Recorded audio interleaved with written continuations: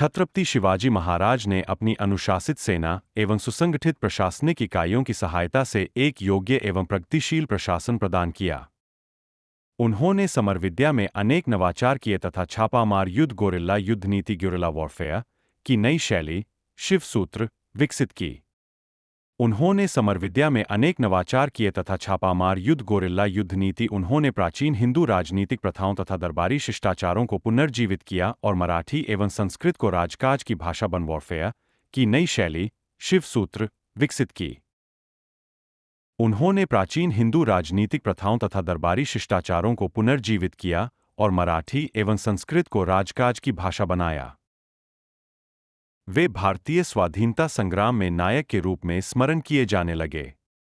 बाल गंगाधर तिलक ने राष्ट्रीयता की भावना के विकास के लिए शिवाजी राजे जन्मोत्सव की शुरुआत की।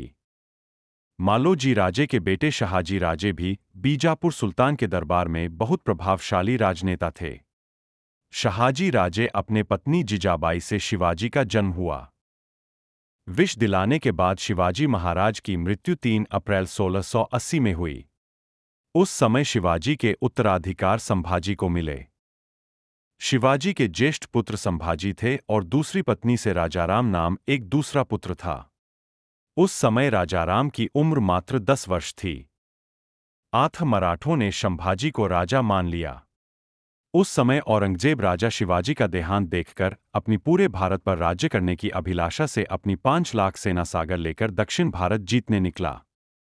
औरंगजेब ने दक्षिण में आते ही आदिलशाही 2 दिनों में और कुतुबशाही 1 ही दिनों में खत्म कर दी। पर राजा संभाजी के नेतृत्व में मराठाओं ने 9 साल युद्ध करते हुए अपनी स्वतंत्रता बरकरार रखी।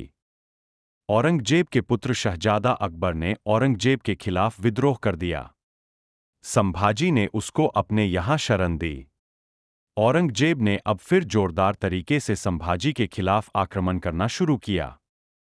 उसने अंततः 1689 में संभाजी के बीवी के सगे भाई यानी गनोजी शिर्के की मुखबरी से संभाजी को मुकर्व खां द्वारा बंदी बना लिया।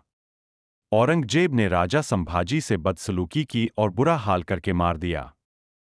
अपनी राजा की औरंगजेब द्वारा की गई बदसलूकी और नृशंसता द्वारा मारा हुआ देखकर पूरा मराठा स्वराज्य क्रोधित हुआ।